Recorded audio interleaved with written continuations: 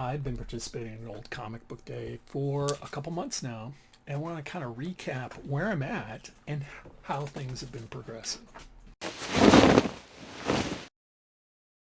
Hey, this is James for Read More Comics, and as I shared in the intro, I have been doing Old Comic Book Day for a couple months now.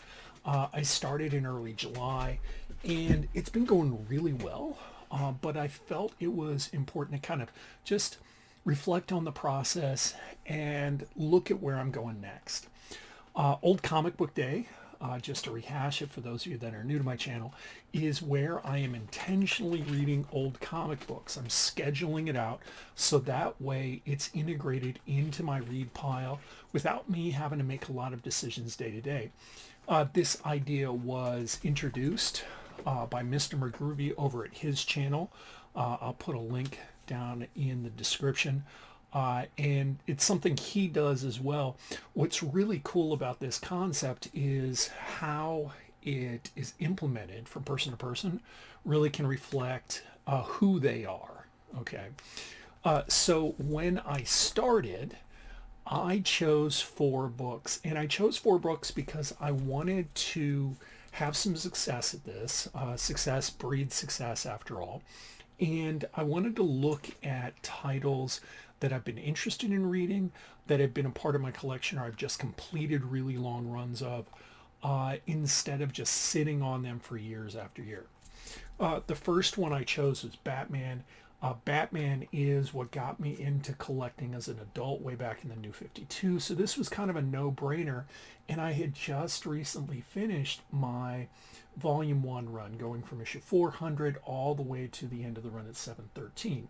Now with this, I am curating, being selective to what I'm reading. Instead of just starting at issue 400 and then going 401, 402, 403, I started out with issue 400, then I skipped to Batman Year 1, which started with 403, 403, 404.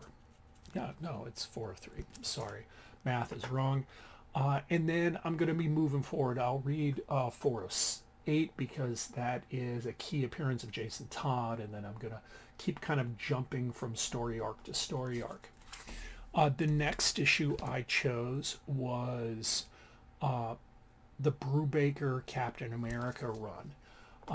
This is for a couple different reasons. Like the Batman Volume 1 run, I had just recently finished collecting this, and Captain America in the MCU is one of my favorite characters. So I wanted to see where the impetus for some of the stories like Winter Soldier was coming from. This has been a really cool read because it is not what I expected at all. Then I've heard a lot of good things about John Byrne, and so I decided to read his run on Fantastic Four, which was one of the longest creative team runs outside of Jack Kirby and Stan Lee.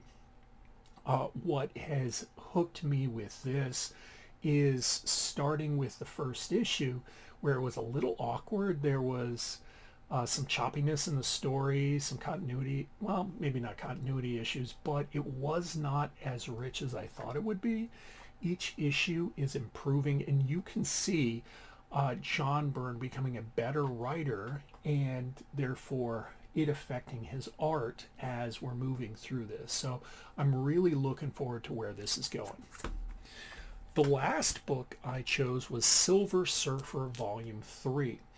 I chose this because I'm a big Silver Surfer fan, and I'm going to qualify that. That's something recent. I read Dan Slott's run about 10 years ago. If you haven't read Dan Slott's run on Silver Surfer, it's only about 30 issues. It is phenomenal. And I wanted to look back and read some older Silver Surfer stories.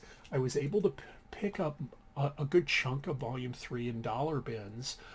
Just finished this run just like Captain America and Batman. And so I thought I'd jump in. Now what's really interesting, and I have a video, it's linked up in the corner. This run in itself has started off in a way that is the most awkward comic book I have ever read. The art, and check out the cover art. Okay. The cover art is what you see in the interior. There is some phenomenal space panels and some placement of panels, which is very cool. But then you get bad guys like this guy. He's the obliterator, an elder of the universe. And it's just kind of goofy, but not intentionally goofy. It's just awkward and doesn't know it's awkward. This story has been all over the place. I'll post a link right up here to kind of a rundown of the first 4 issues. But it's hooked me, and I want to see where it goes. And out of all the books I'm reading so far, this is the one that makes me ask questions about the process, about the characters, about everything. And with at least the Bronze Age books, these 3 right here, there's a lot of nostalgia for this. I'm a Gen Xer. I grew up in the 80s. These would have been books on spinner racks when I was in middle school and high school. And it's making me also look at kind of the context of these stories. What was going on at the time these were written? What was going on kind of in comic book continuity? Batman Year One, for example, this to me is the penultimate Batman story. Like, this is where you should start. What happened before it? What happened after it? And also, it's some of just kind of the materials. It's the printing process. It's the ads. It makes me ask questions, and that is, even though this is an awkward book, and this is an awesome book, it's making me enjoy what I'm reading. As I have implemented Old Comic Book Day, once I got past the organization, and up here in the corner is a video where I kind of walk through how I've organized it. I haven't changed that at all, but I have found 3 rules have helped me implement Old Comic Book Day and savor it more. The first one is I don't read more than 1 of my Old Comic Book Day books per day. I want to slow down and enjoy what I'm reading. And if I have a pile of books, I'm going to grind through them. For my new Comic Book Day books, I don't follow that rule. I'm finding that modern books take far less time than any of the Bronze Age books I'm reading. This is a 20 or 30 minute read, where a modern day book, it could be 10 minutes, it could be more, it could be less. So I want to enjoy that, and I don't want to make it a slog. Okay, so the first rule right there, I'm reading 1 book a day. Number 2, and this is kind of a part of that, I don't want to spend a lot of time thinking about what book I'm going to be reading each day. I only choose what's at the front of the pile. I read it in alphabetical order. So in my read pile, I have these books in this order. Whatever's at the front, that's what I'm reading that day. Because I only have 4 books, that means there are going to be days I don't read an Old Comic Book Day book, which is okay. I want to space it out. I want to take my time and savor it. Okay, so those are my first 2 rules. Number 3, and this one took me a bit to step back from. I'm a school teacher. I have a planner. I use Google Calendar. I like to have an understanding of what's happening and when it's happening. And so initially I was setting out in my calendar, this week these are the books I'm reading, and then next week I'm reading the ones after that. But what had happened pretty early on, within the first couple weeks, I took a work trip and I didn't read any comic books for 2 weeks. And when I came back, for a moment, I considered trying to just grind through and catch up. And that's where I pumped the brakes for a moment and I said, wait a minute, the whole point of this is to enjoy old comic books, to have fun with these older books, and not make it an assignment, a task, something that I had to work through. So instead of scheduling on a calendar what I'm reading and when I'm reading it. What I'm doing instead is in my schedule, I just have numbered weeks. And if I miss a week, so be it. I just move on. Okay. So right now, I'm on week 5, even though I've been doing this for almost 2 months now. So it works out, and it's something, therefore, I'm enjoying. This last part, and this is something I've been hesitant about doing because the system is working. I'm enjoying my old comic books, and it is not something I'm seeing as a task I need to check off my list week to week. What I want to do is I want to add an additional book, and I've narrowed it down to 2 choices. Let me show you the books. Let me show you the process, the mental process I'm kind of going through. And then I think I've reached a decision, but we'll see how that goes. The first one is Ultimate Spider-Man by Brian Bendis. I completed the entire Ultimate Spider-Man run, both Volume 1 and Volume 2, right around the beginning of the pandemic. And it's sat in a box. It's been sitting in a box waiting for me to read it. I've heard amazing things about this book. It is, for me, the gateway into reading more Spider-Man. I don't want to get caught up in reading Amazing Spider-Man or any of the other modern continuity books because it's overwhelming to me. And as a collector, I'm going to want to collect entire runs, and I can't do that with like ASM. It's just not financially possible. And it is a huge run that I don't want to invest that time. So Ultimate Spider-Man was an easy gateway into collecting Spider-Man in a discrete run. Okay, so I have this, and I haven't read it yet. The upside is it's supposed to be a phenomenal run, and that is something I would look forward to. Really enjoying Spider-Man as it was created issue by issue in the Ultimate Universe.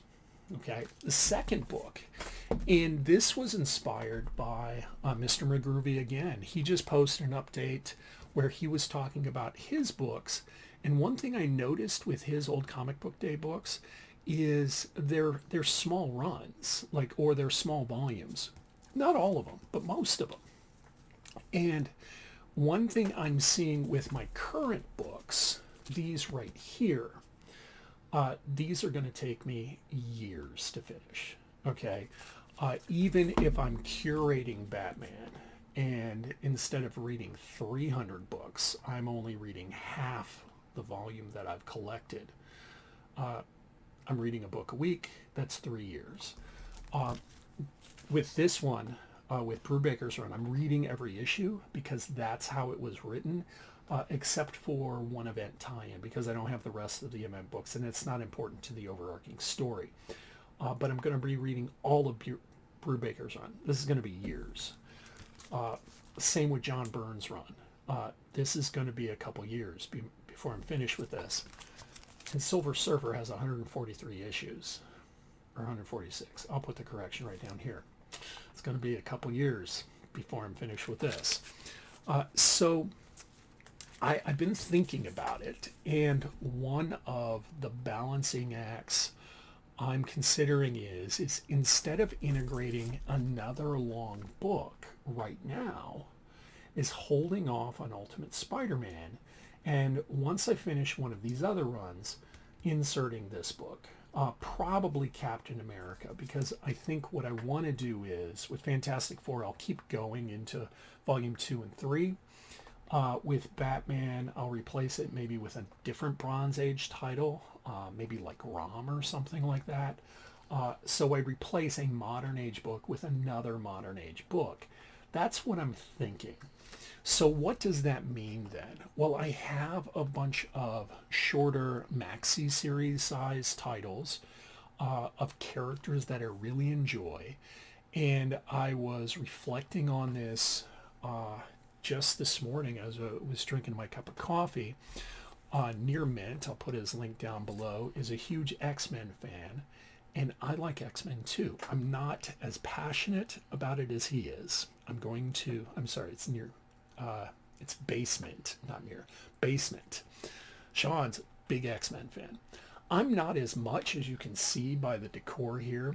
Batman's my guy, but I do love Bishop. I think he is a very cool character. And I have the entire run of District X. So what I'm going to be doing, and I've convinced myself as I've been rambling on about this, what I'm going to be doing is I'm going to be inserting this. So I'm going to have 5 books starting next week. District X will be the first one.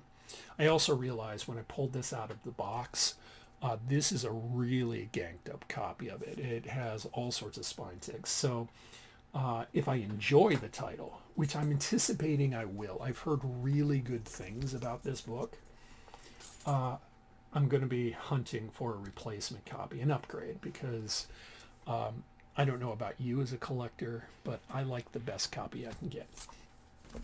Well, there you have it. There's kind of my old comic book day recap. I appreciate you listening to me ramble on about kind of the process I've been walking through. Leave a comment down below. Tell me what you think about this. Do you read your old comic books? Do you have a process? What do you think about adding a short-term title versus a long-term title? I appreciate your perspective on it, because I think it's really easy just to kind of live in a bubble when you're making content like this and not having the opportunity to talk about comic books with other people. Again, thanks for tuning in, and don't forget, life is so much better when we read more comics.